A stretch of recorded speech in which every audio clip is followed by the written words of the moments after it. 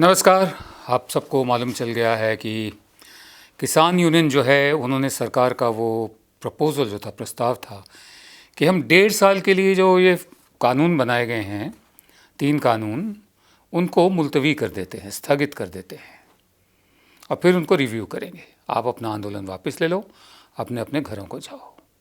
तो किसान यूनियंस ने उनको एकदम रिजेक्ट कर दिया है, ख़ारिज कर दिया है कि 1.5 साल वाला जो सिस्टम आप दे रहे हैं हमें, ये जो झुंझुना आप हमें थमा रहे हैं, ये हमें मंजूर नहीं है।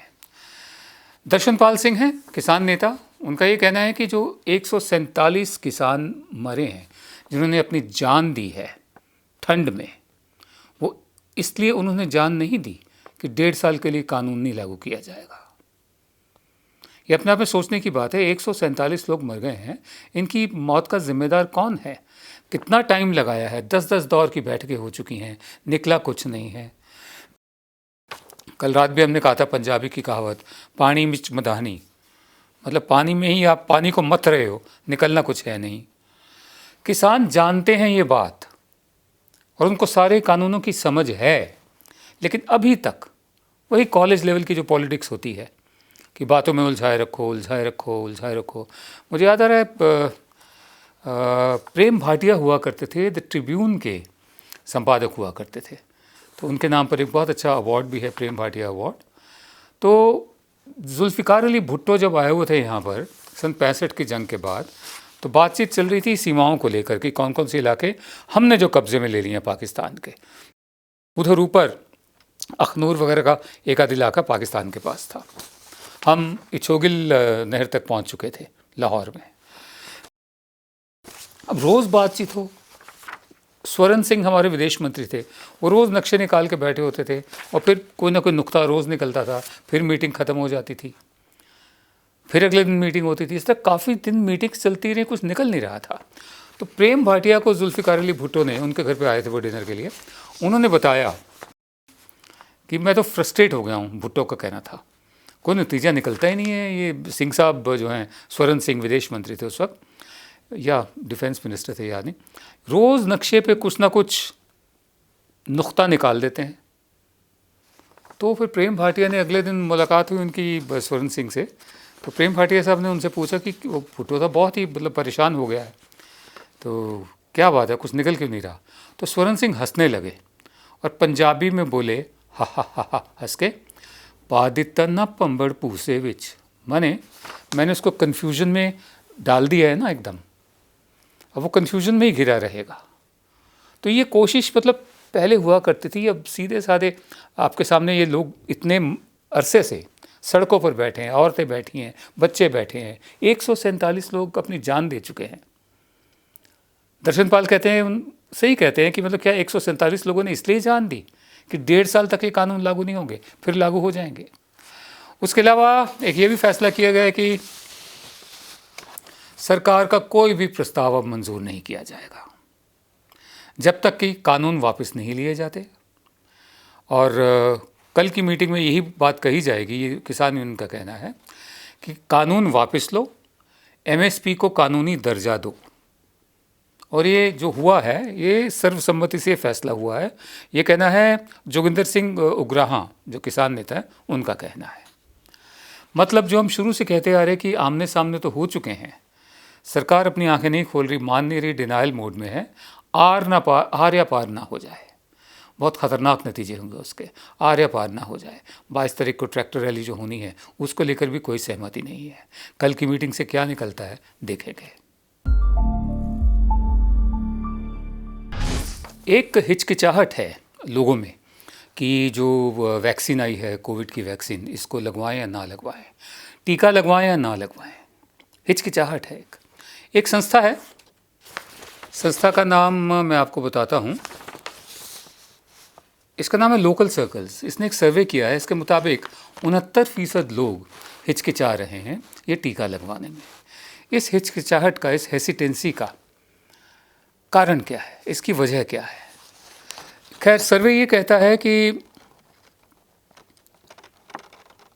लोगों में एक भावना ये है कि वो जल्दबाजी में नहीं है, अभी वो देखेंगे कि इसके असर क्या होते हैं दूसरे लोगों पर, उसके बाद वो लेंगे। ऐसे में क्या हुआ है कि जो सरकार है हमारी, केंद्र सरकार, उसका ये कहना है कि अभी तक 8 लाख और 6,000 से ज़्यादा लोगों को ये टीके लगाए जा चुके हैं। और हेल्थ मिनिस्ट्री का ये कहना है कि पिछले 24 घंटों ही में 31,649 लोगों को वैक्सीनेट किया जा चुका है। अब जो भारत बायोटेक है, उसने पहले ही जारी कर दिया था ये अपना फैक्ट शीट, कह दिया था कोवैक्सीन नाम है इनका, रिस्ट्रिक्टेड यूज़ ऑफ कोवैक्सीन, इनको जो परमिशन मिली है, इजाज़त मिली है, वो सिर्फ एक सीमित इस्तेमाल के लिए मिली है। मैंने आपको 2 दिन पहले भी बताया था, इनको सिर्फ एक सीमित इस्तेमाल की इजाज़त मिली है, और वो भी क्लिनिकल ट्रायल मोड में।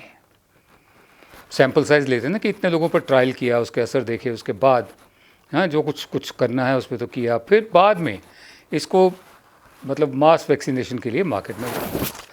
तो भारत बायोटेक ने तो पहले ही कह दिया था कि उनका तो सिर्फ एक जो है वो रिस्ट्रिक्टेड यूज़ है और क्लिनिकल ट्रायल में है।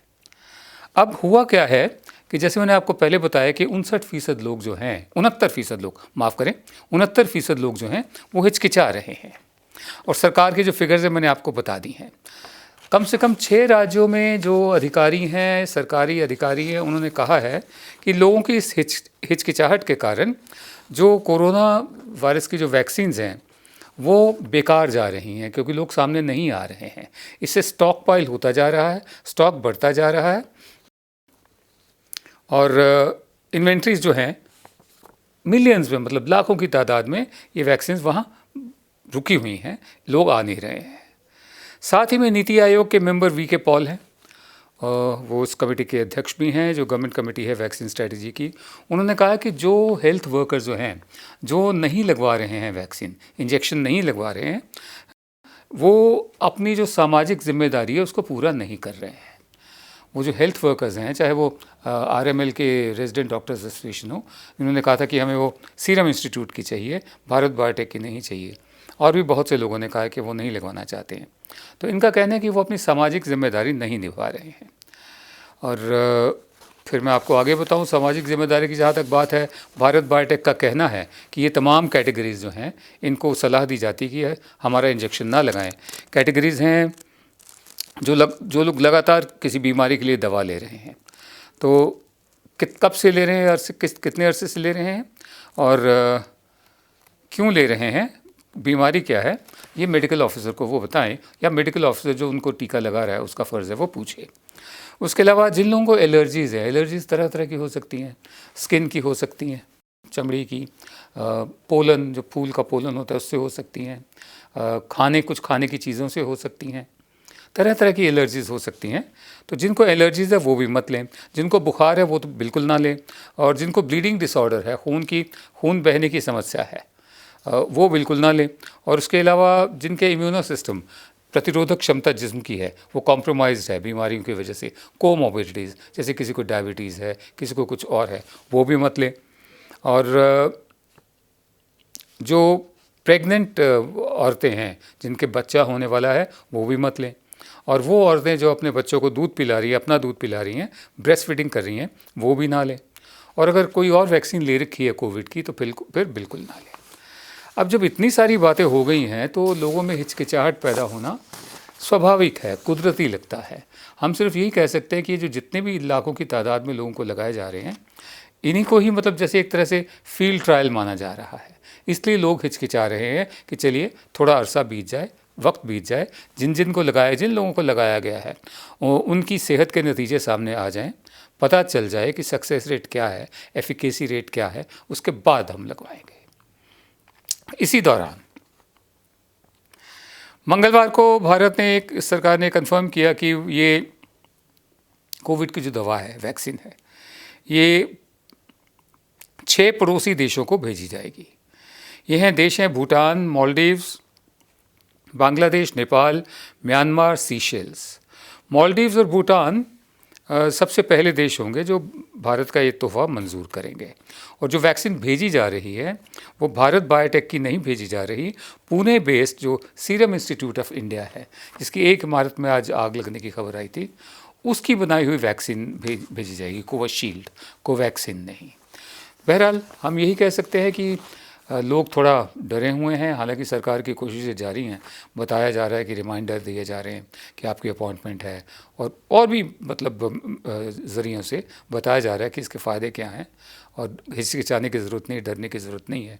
बावजूद इसके लोग अभी भी सहमे हुए हैं, हिचकिचाए हुए हैं, सही वक्त का इंतज़ार कर रहे हैं, जब जितने सारे इंजेक्शन लगे हैं और भी लगने जा रहे हैं, उनके नतीजे आने शुरू हो जाएंगे कि एफिकेसी रिपोर्ट कितनी रही। और दूसरा दौर जब शुरू होगा वैक्सीनेशन का, सुना है कि प्रधान सेवक भी लगवाएंगे एक वैक्सीनेशन।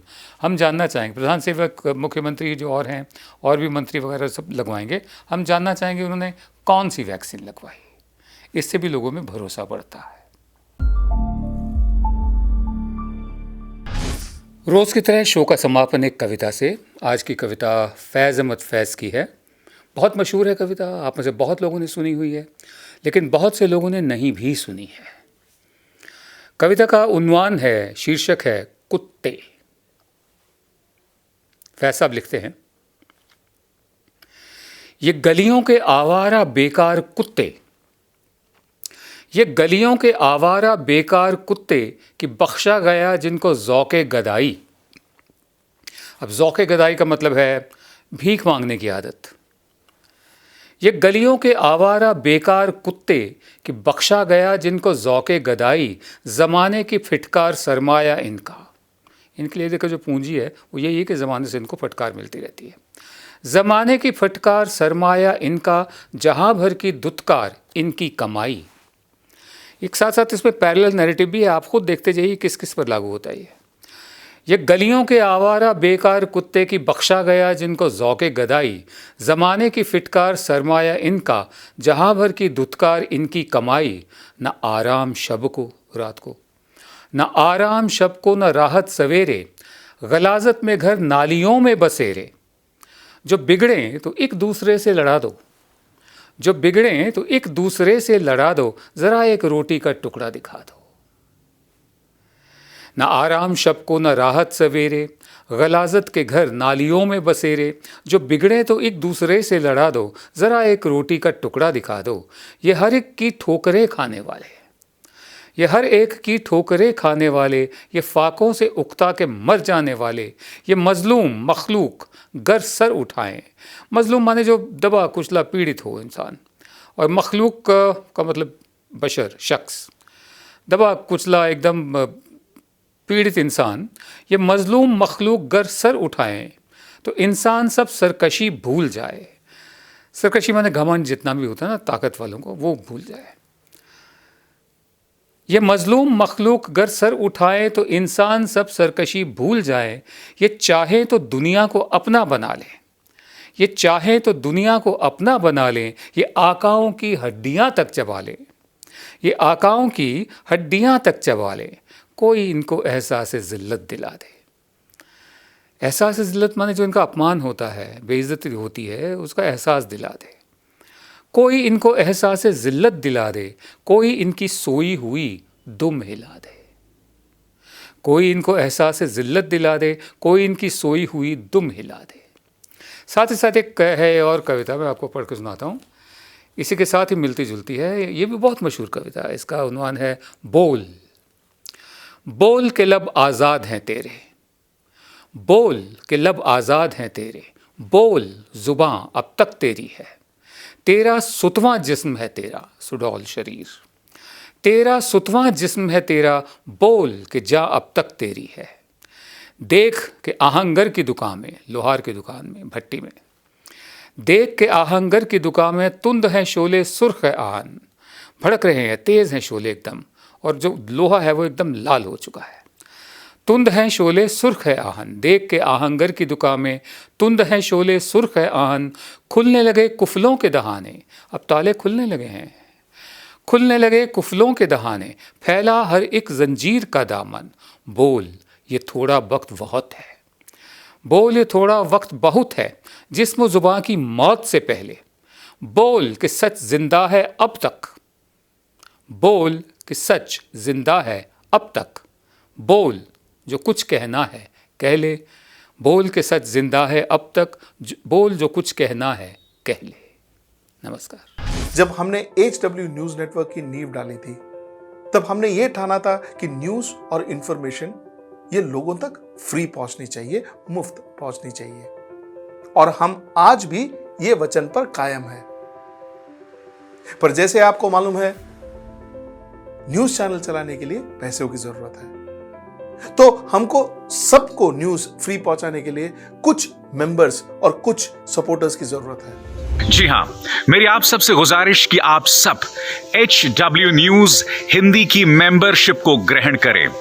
ये सदस्यता स्वैच्छिक है, यानी कि आप अपनी मर्जी के मुताबिक इसे ग्रहण कर सकते हैं, क्योंकि अगर आप इसे ग्रहण नहीं भी करते तब भी आपको HW न्यूज हिंदी के तमाम कार्यक्रम मिलते रहेंगे। मगर अगर आप चाहते हैं कि आजाद न्यूज जो है वो मजबूत हो, अगर आप चाहते हैं कि वो न्यूज जो सत्ता से सवाल पूछती है वो मजबूत हो, तो जरूर बने HW न्यूज हिंदी के सदस्य। जो लोग हमारे 89 रुपए प्रति महीने वाले कार्यक्रम से जुड़ेंगे उनके लिए HW न्यूज का बैच विश मिलेगा। साथ ही साथ उन लोगों को हमारे एक्सक्लूसिव पोल्स में भी शामिल होने का मौका मिलेगा। इसके अलावा हमारा जो दूसरा मेंबरशिप कार्यक्रम है वो 199 रुपीस प्रति महीने का है, यानी कि 199 रुपए प्रति महीने। और इस प्रोग्राम में हमारे जो मेंबर्स हैं उन्हें 99 रुपए के प्रोग्राम वाले सभी चीजें तो मिलेंगी। इसके अलावा बिजनेस से जुड़ी हुई बातें भी हम करेंगे। हमारे एक्सपर्ट अखिलेश भार्गव से आप बिजनेस से जुड़े हुए अपने सवाल भी पूछ सकते हैं। हम उम्मीद करेंगे कि आप इस निष्पक्ष पत्रकारिता की राह में हमें पूरी तरह से योगदान देंगे।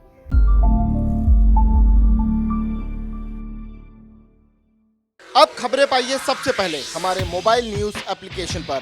एंड्रॉइड या iOS प्लेटफॉर्म पर जाइए, HW न्यूज नेटवर्क को सर्च कीजिए, डाउनलोड कीजिए और अपनी सुविधानुसार भाषा का चयन कीजिए।